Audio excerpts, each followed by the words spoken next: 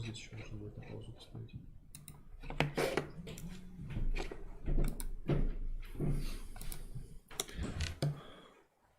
Можно, Дадим? Добрый день, уважаемые коллеги. Мы сегодня с вами проводим дистанционный онлайн-урок.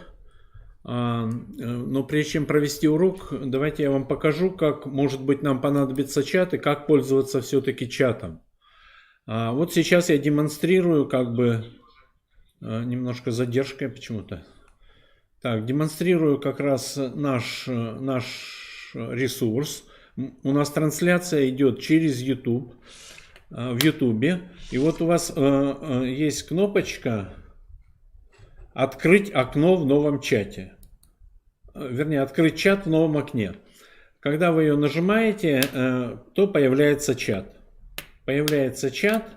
Вы можете левой кнопкой мыши этот чат сделать как отдельный браузер, как отдельную программку и разместить два окна. Вот у нас чат будет здесь в окошке, а здесь будет идти демонстрация того, о чем мы будем говорить. Значит, смотрите, сейчас у меня открылся чат как имя мое как гость. Но если вы залогинитесь на нашем сайте Крiro, войдете на сайт, если у вас есть учетная запись на нашем сайте, то и в чате вы будете отображаться тогда как, по своей фамилии. Вот как Нина Кривошеева сейчас у нас есть в чате, Зоя Кинева есть в чате, и вот, значит, я тут несколько сообщений уже написал. То есть, таким образом можно будет смотреть то, что происходит в эфире, и по ходу эфира задавать свои вопросы. Это первое. Сегодня мы будем использовать платформу Quora и выполнять задания, поэтому в письме в информационном мы писали, что для участия необходим будет компьютер, на котором надо будет выполнять задания, то есть вы будете как бы учениками. То есть у нас сегодня мастер-класс, вы ученики, учитель проводит урок, вы выполняете некоторые задания. Тема урока у нас будет теорема Виета, поэтому многие вспомнят ее, а кто не знал, может быть, есть у нас учителя других предметов, кроме математики, немножко вспомнят о том, что это такое. Поэтому желательно как-то переключаться, возможно, можно будет и через окна браузера, а может быть, трансляцию включить вам лучше на телефоне или на смартфоне. То есть зайти в трансляцию на смартфоне, а задание выполнять с помощью программы уже на компьютере. Значит, ссылочка на программу, во-первых, в чате есть, но вам надо здесь ее аккуратненько скопировать. URL равно, и вот HTTPS и дальше до закрывающейся скобки. Надо будет скопировать эту ссылочку. Либо второй вариант, где можно увидеть эту ссылку. У нас на сайте Крiro, на главной странице Крiro, есть анонс. Открытый дистанционный урок по алгебре для учителей.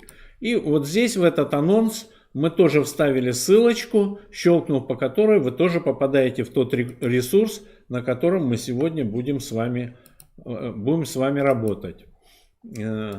Коллеги, какие, может быть, есть вопросы по организации работы? Если есть вопросы, то давайте в чате вы их сейчас зададите.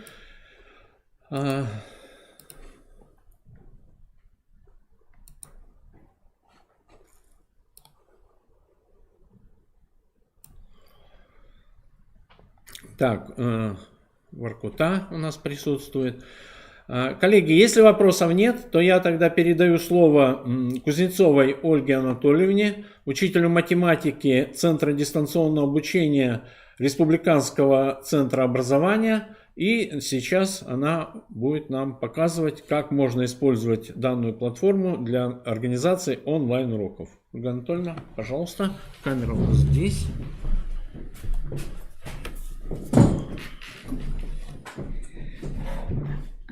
Здравствуйте, уважаемые коллеги. Так, наверное, чат мы закроем. Я буду следить за чатом.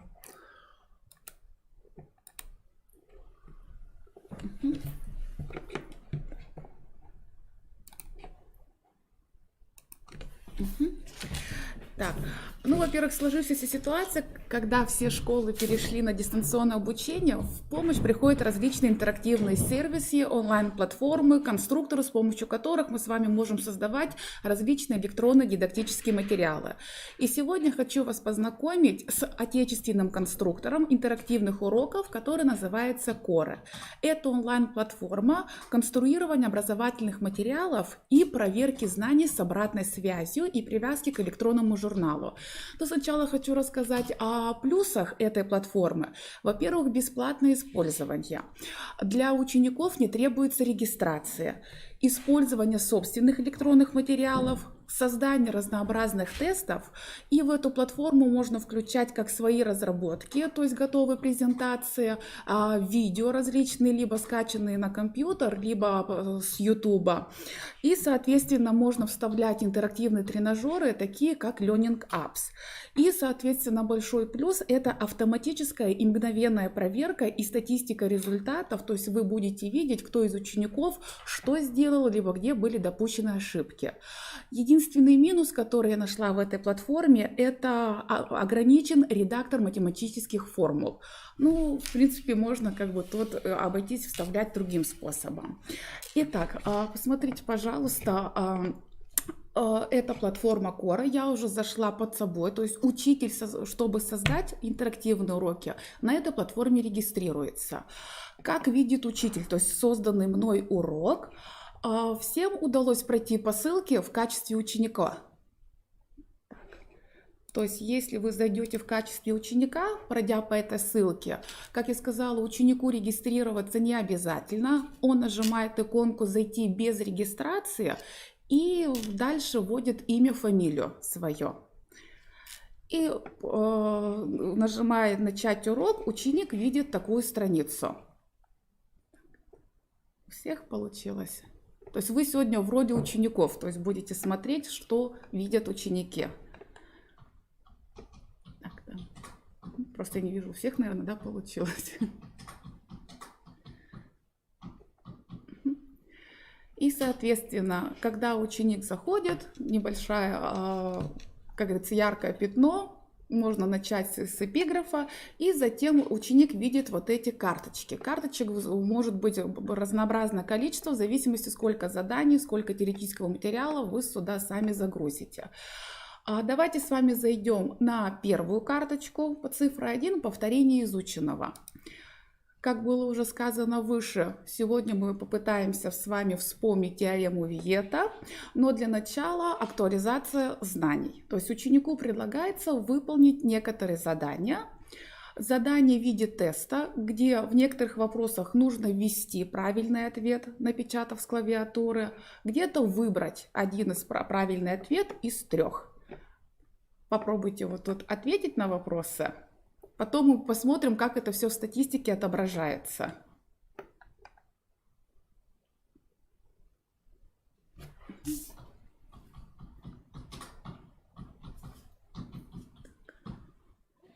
Смотри, как учитель. Кто-то зашел еще, нет? Так, ага. Как учитель я сразу тогда зайду в прохождение, посмотрю, кто у нас на этой платформе. Так, ну да, много вот вижу. Экспериментная называется.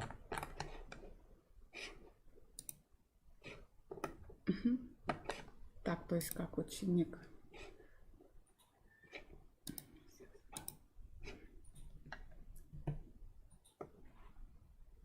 Ну, то есть тут я буду так. Ага. То есть если мы введем неправильно, что введем, сразу ученик проверяет и видит, правильно либо неправильно ввел. Но есть возможность, то есть тут у нас.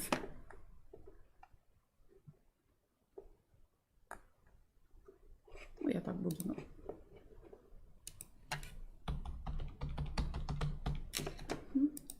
Так. Ответив вот на данный вопрос, я так нажимаю, чтобы было видно для статистики.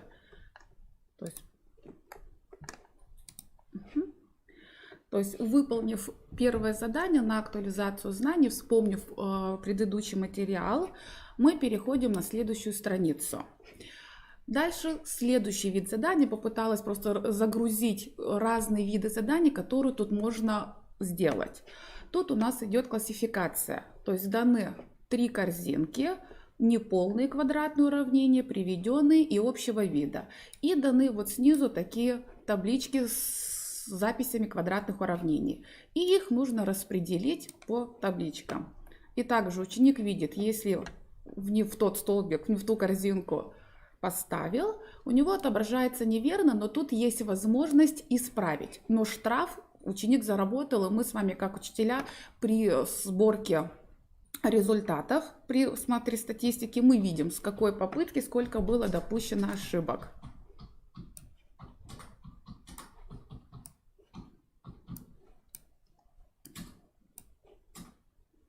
Так, тут вот. То есть в данном случае и ученик видит то, что выполняя это задание, у него 2 красненькие эмблемки. Значит, было допущено 2 ошибки. Выполнив это задание, ученик видит, что решать квадратные уравнения и уравнения общего вида мы уже умеем. Остается рассмотреть решение приведенных квадратных уравнений. И дальше предлагается выполнить небольшую исследовательскую работу. Стандартным образом решить 3 квадратных уравнения, то есть через дискриминант дети уже умеют решать, по формулам найти корни и заполнить соответствующую таблицу. Это задание также можно разместить в виде текстового документа. Чтобы выполнить, ученик нажимает «Скачать». Так. Вот он скачался. Ученик открывает его в вордовском документе и, соответственно, заполняет данную таблицу. Затем, как ученик заполнил, то есть мы видим, тут нужно записать, чему равны коэффициенты b и c данных квадратных уравнений. Затем нужно найти корни по формулам квадратного уравнения и посмотреть, записать, чему равна сумма корней и их произведения. Заполнив данную таблицу, ученик сохраняет. Так, сейчас я сверну.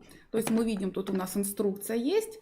Сохранив выполненное задание, не забудь прикрепить свой документ. То есть и ниже вот у нас есть прямо ссылочка «Прикрепить документ». Ученик нажимает на нее, на своем рабочем столе видит выполненное задание.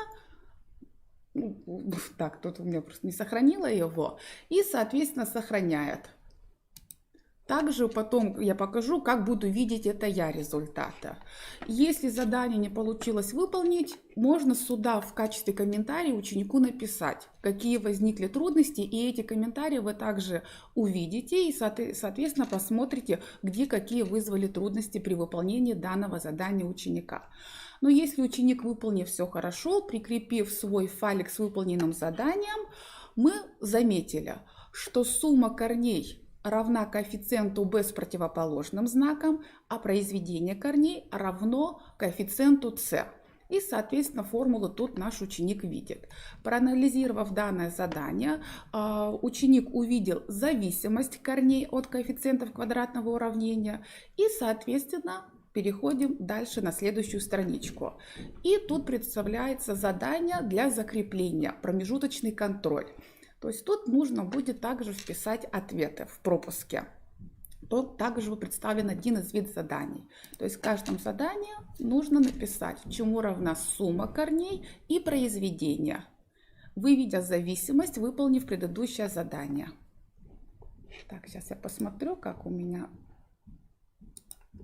ученики. Так, сейчас. Так, я сейчас сразу посмотрю прохождение, как у вас, уважаемые коллеги, получается.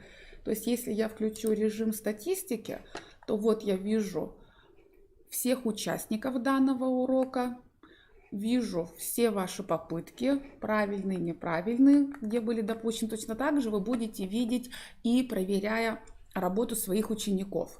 Можно отдельно прям по каждому ученику. Ну, допустим, вот я сейчас так, ну вот так куда-нибудь, на кого-нибудь. Давайте зайду, вот, Тарбукина Екатерина.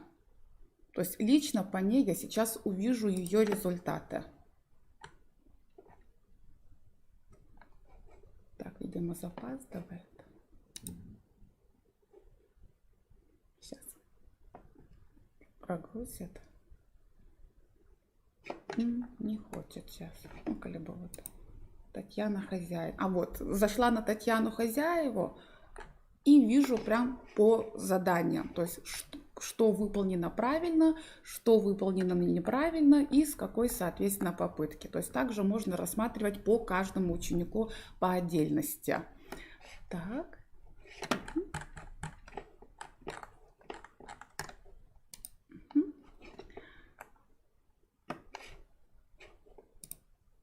Ой, не в то окно, да, зашла сейчас. Вернемся, как видит ученик.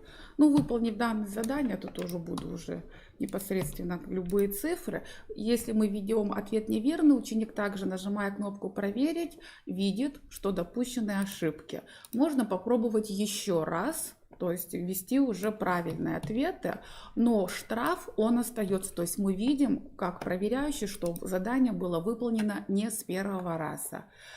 И, соответственно, выполнив данное задание, в этот сайт можно загружать разнообразные видео, как я сказала. Для знакомства с самим Франсуа Виетом предлагается посмотреть видео.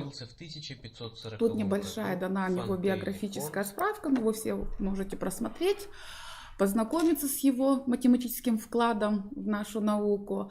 И дальше непосредственно идет теоретический материал. Также мы видим инструкция. Нужно просмотреть презентацию с теорией к данному уроку и выполнить следующие задания. Презентацию можно посмотреть в браузере. Если мы нажмем на кнопку «Просмотр», она открывается через Google Диск, не скачивая на ваш компьютер. То есть тут мы видим сама наша теорема Виета, пример ее применения и определение знака корней в зависимости от знака коэффициента Q и P. Соответственно, ученик можно эту презентацию скачать. То есть, если мы нажмем на кнопочку «Скачать», она у вас сохранится на ваш компьютер. Посмотрев данный теоретический материал, предлагается задание на закрепление. То есть, используя теорему Виета, найти квадратные корни данных уравнений. И, соответственно, ученик решает, и тут выбирает соответствующие правильные ответы. Также, если мы нажмем сначала неправильный, мы видим, ученик также отображает, что ответ неправильный, и появилась красненькая черточка. Но есть возможность все-таки исправиться, то есть дойти до правильного, но штраф также как ученик, как и учитель в качестве проверки мы видим, с какой попытки сделано данное задание. И, соответственно, прорешав данные уравнения, ученик завершает тем самым урок. То есть вот тут кратенько я попыталась показать, как и вы увидели, как работает этот сервис, то есть как видит его непосредственно ученик. Как видит учитель, сейчас еще раз я вам покажу. То есть, чтобы создать на этом сайте урок, непосредственно учителю нужно зарегистрироваться. Но регистрация совершенно простая, не требующая подтверждения через электронную почту. Просто нажимаете «Зарегистрироваться», придумываете логин, пароль, все, вы уже на этом сайте зарегистрированы. И, соответственно, чтобы создать урок, когда вы зарегистрируетесь, вы увидите в правом верхнем углу ваши данные. Тарифы у нас совершенно бесплатные, есть платная версия, но она позволяет пользоваться готовым материалом, то есть какие-то методические разработки, которые на этом сайте есть. Я пользуюсь бесплатной версией, то есть создаю сама. И мы видим, когда вы зайдете под своим логином, паролем, у вас открывается окно, и, соответственно, чтобы создать урок, вы нажимаете плюсик, и видим, что мы можем тут сделать. Ну, соответственно, мы нажимаем на урок, и тут очень хорошо есть шаблоны непосредственно уроков, которые вы хотите сделать. То есть тут у нас уже мы видим диагностика, информационный материал, либо можно сделать урок с нуля. То есть если мы нажмем на пустой урок, у нас открывается страница, и, соответственно, вот вся наша панель у наших различных кнопочек, что мы можем сделать. Ну, во-первых, мы видим, можем ставить текст Очень удобно, в каждой этой кнопочке есть знак вопроса, если мы на него наведем, у нас информация по этому блоку с вами отображается, то есть конкретно, что мы тут можем сделать. Мы видим, действительно, можем загружать различные изображения, медиа, файлы, различные упражнения, это интерактивные упражнения, тут есть привязка с Learning Apps, интерактивные тренажеры, где вы можете также либо готовый загрузить тренажер, либо создать свой. И, соответственно, различные документы, то есть это как и презентации, как и вордовские документы. И дальше пошли элементы курса, то есть, соответственно, наши вот эти задания, которые выполняют ученики. Это можно проводить и различные опросы, тесты, причем в моем уроке были тесты с одним правильным ответом, можно делать несколько правильных ответов. Открытый вопрос представляет из себя, что ученику нужно будет написать свой ответ. И, соответственно, учитель это все будет видеть.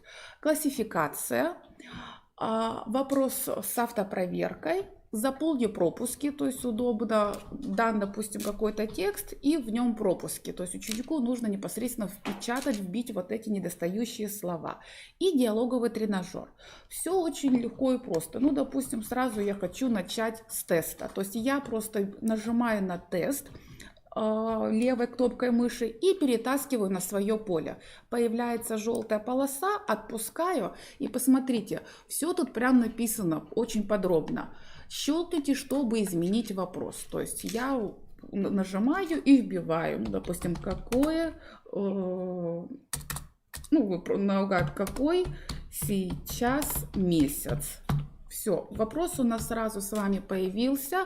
Как раз в данном случае у меня фиксируется несколько правильных ответов. Если я хочу сделать один правильный ответ, то я этот кружочек перемещаю в левую сторону.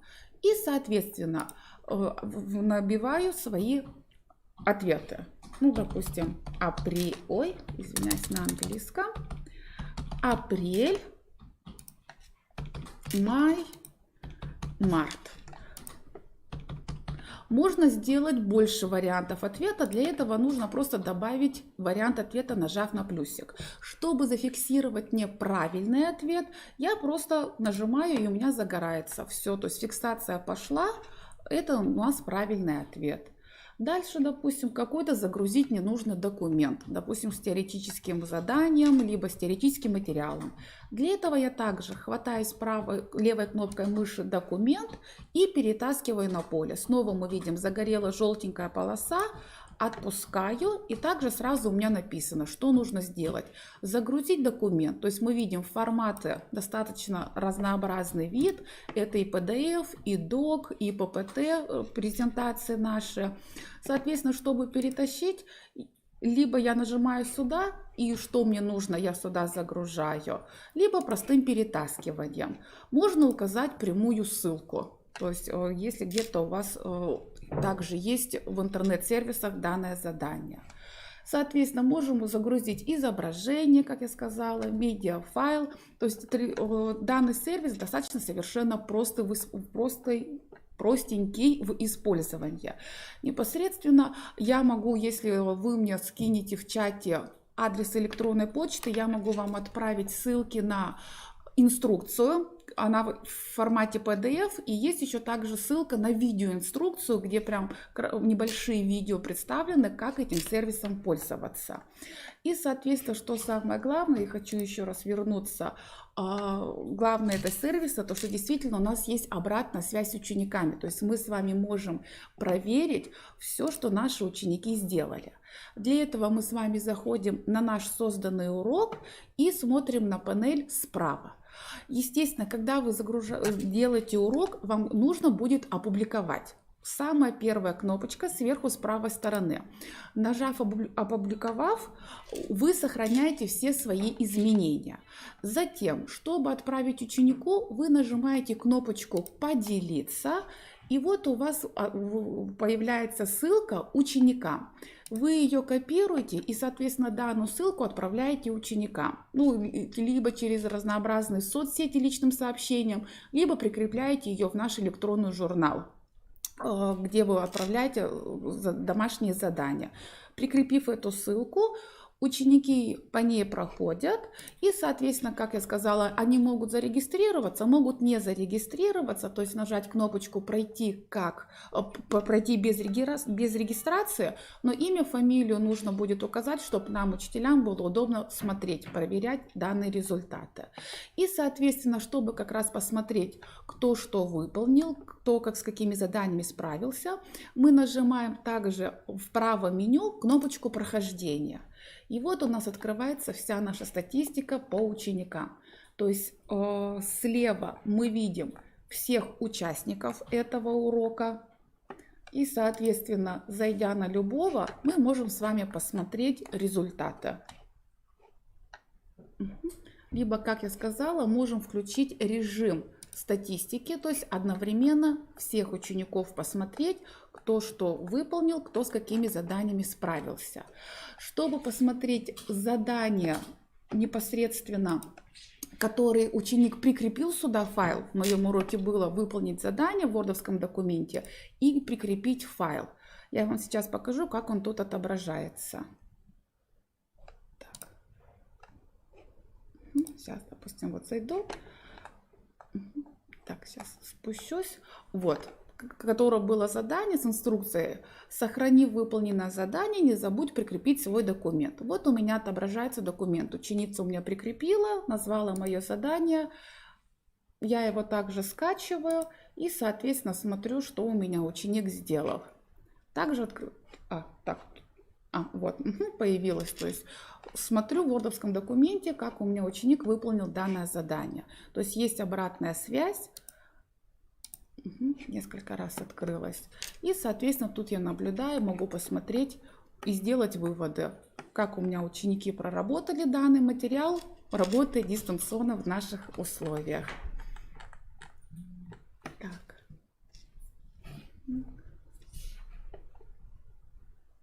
Вот, если есть вопросы, я не вижу, вы смотрите, да? Почему в первом задании письменные ответы оказались неверными? Так, а правильный ответ квадратным. Как? Это у кого, если я сейчас посмотрю? Это вот первое задание было. Ну вот у меня видео, сейчас, если посмотрите, вот у меня правильный ответ. Давайте посмотрим. То есть уравнение вида называется квадратным. А я, например, подумал, x как называется.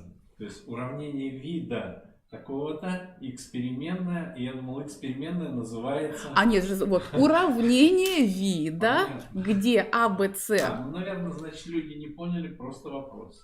Ага, то есть правильный ответ квадрат. Да, то есть да. А здесь вот должно все с большой буквы, если напишем, как вот такие текстовые ответы. Не учитывается. Как учитываются? Нет, главное без грамматических ошибок. А то есть регистр большой, маленький не учитывается. Ну, то есть даже называется квадратом, то есть последнее слово предложения мы пишем же с вами с маленькой буквы. Если, допустим, пропущено слово в начале предложения, то, соответственно, с большой буквы, правила орфографии.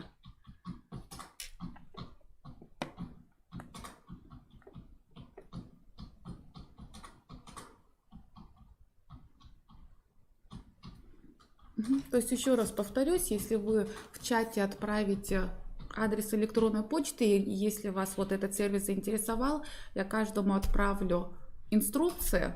Ну, то есть, действительно, тут просто надо пропустить через себя, но создается все легко и просто. Тут у меня достаточно такой большой урок, разнообразные задания, просто я попыталась показать все возможности использования данного сервиса. Для начала можно вообще просто загрузить, допустим, презентацию и какое-то задание для ученика. То есть, ну что, все равно дистанционно. Как там прохождение идет? Прохождение, сейчас смотрю, здесь если включить статистику. Ну, хорошо.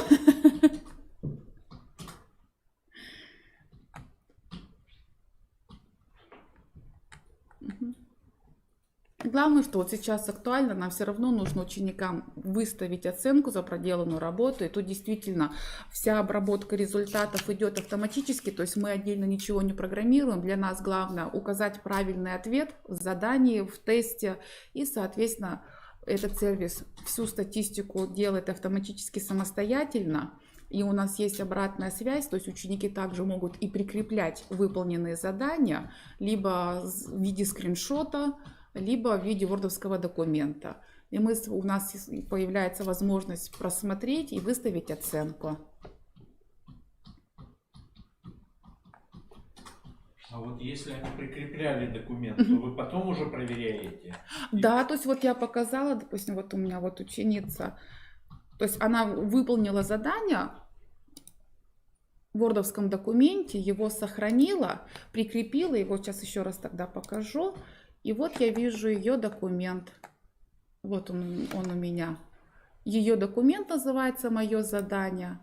Я его скачиваю и, соответственно, уже проверяю. Смотрю, что у ребенка получилось. То есть в вордовском документе выполнила задание. И, соответственно, прикрепив сюда, я уже вижу проделанную работу. Открывала.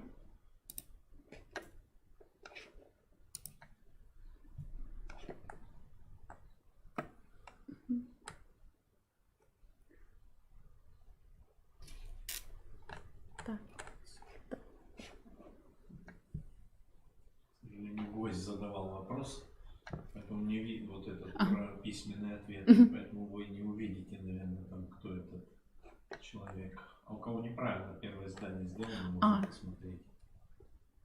Так. Почему неправильно, что они писали, там же есть ответы, да?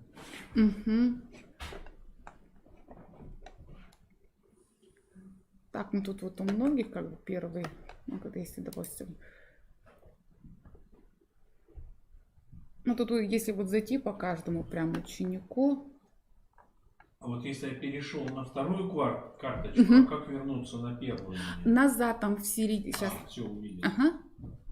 В середине поля есть стрелочка.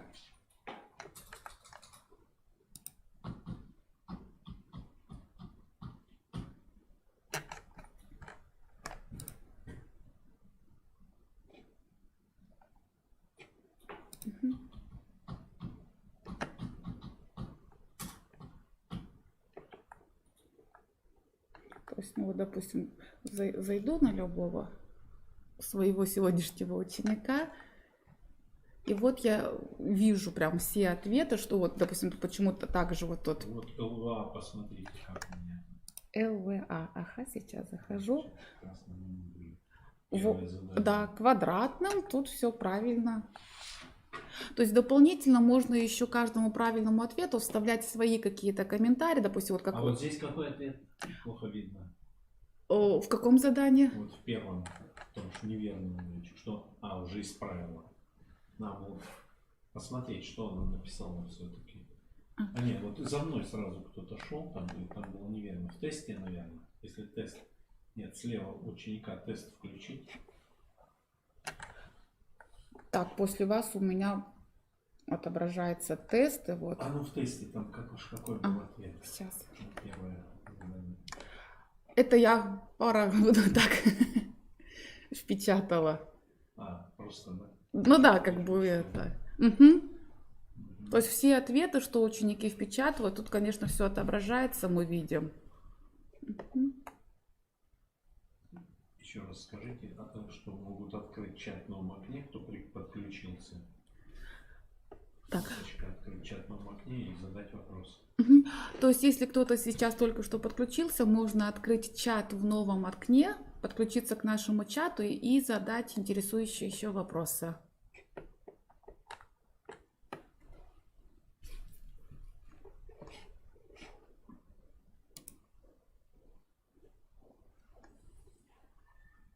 Спросите, Анастасия Некрасова, получилось у нее зайти? А то она пишет, что не получается зайти.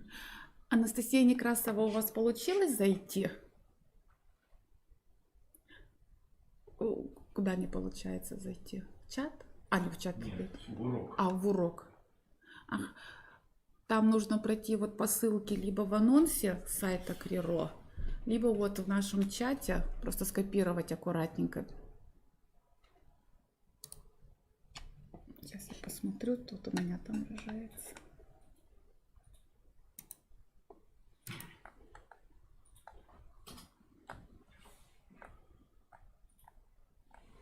Анастасия Некрасова.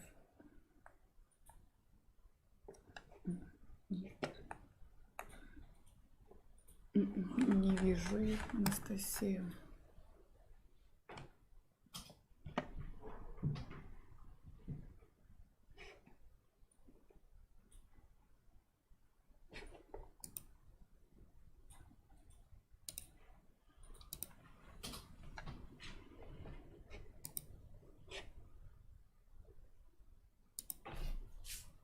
Еще раз вопрос задают. Есть версия платформы с уже готовыми уроками?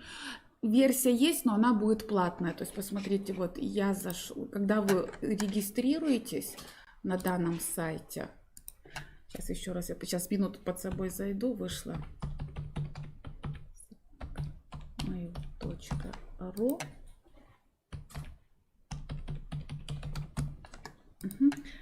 Когда вы входите, вот у вас правый верхний угол, ваши данные, и тут, так, не туда вошла, сейчас минутку, мои уроки, вот, наши данные, у меня тут вот тариф free, то есть бесплатный тариф, вот, если вы нажмете на слово тариф, все расценки и все возможности платных версий, то есть что можно тут будет делать. И, соответственно, в них я не заходила, но как было написано, читала статью, что как раз в платных версиях можно пользоваться разработками, которые уже в этом сервисе есть. Тут я вот подробно о тарифах нажать. Тут как бы вот написано.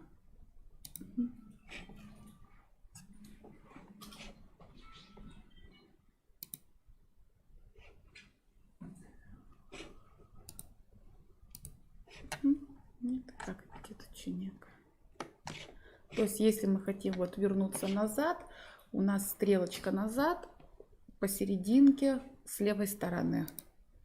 Спросите, у кого еще не получилось зайти на урок.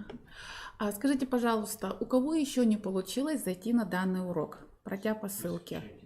Ага, напишите, пожалуйста, в чате.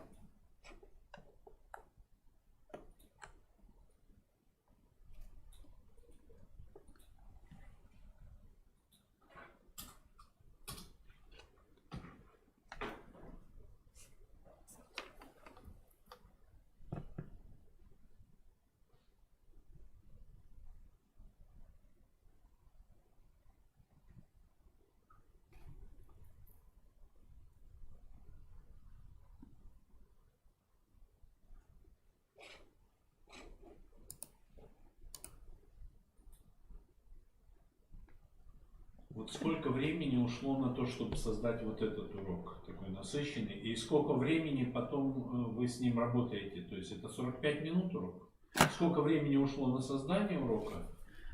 Ну, первый раз я создавала урок, ну, пока просмотрев инструкцию, конечно, по времени долговато, ну, где-то, может, в течение часа. Потом сейчас уже просто в голове продумываем структуру урока, то есть что мы хотим от урока. И готовый материал все равно у учителя в любом случае есть, это и презентации, какие-то свои наработки, и сюда уже это загружается, ну, вот данный урок потом я отредактировала, ну, минут 10.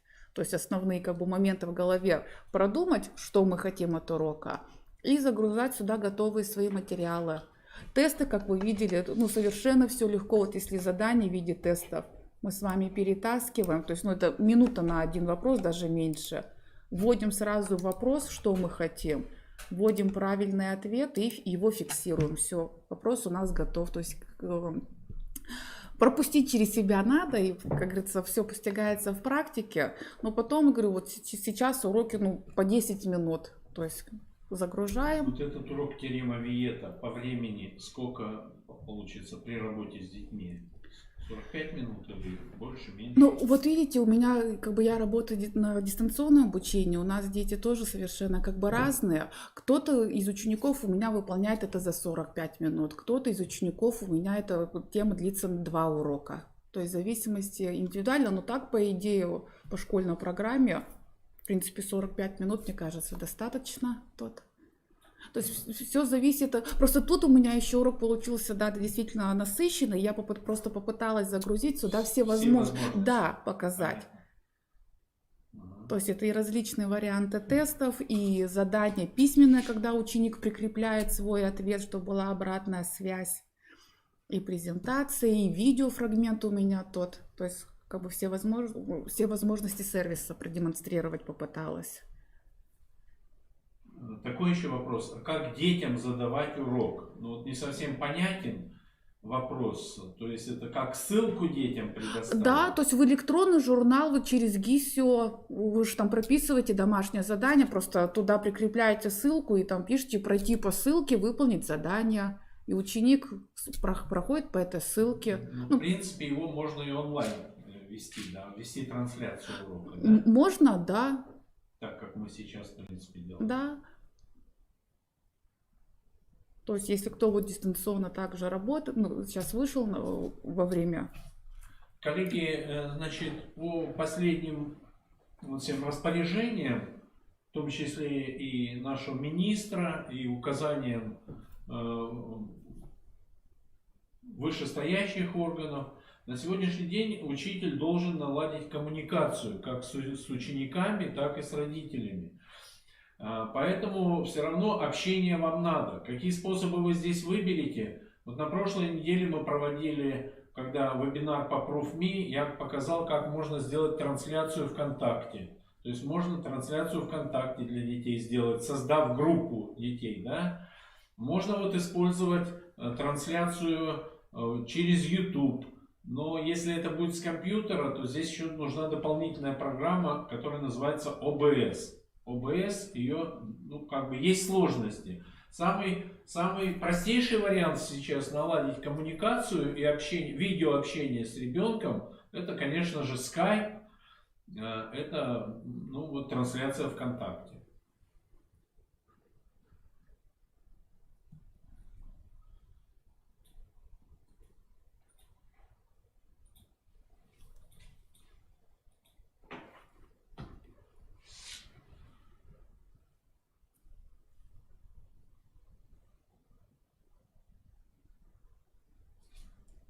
То есть, в принципе, с использованием этой системы они могут как офлайн работать, ну, Да. в смысле без учителя. Да. Без учителя. Учитель просто потом проверяет. А можно, в принципе, прямо идти параллельно, да? Да.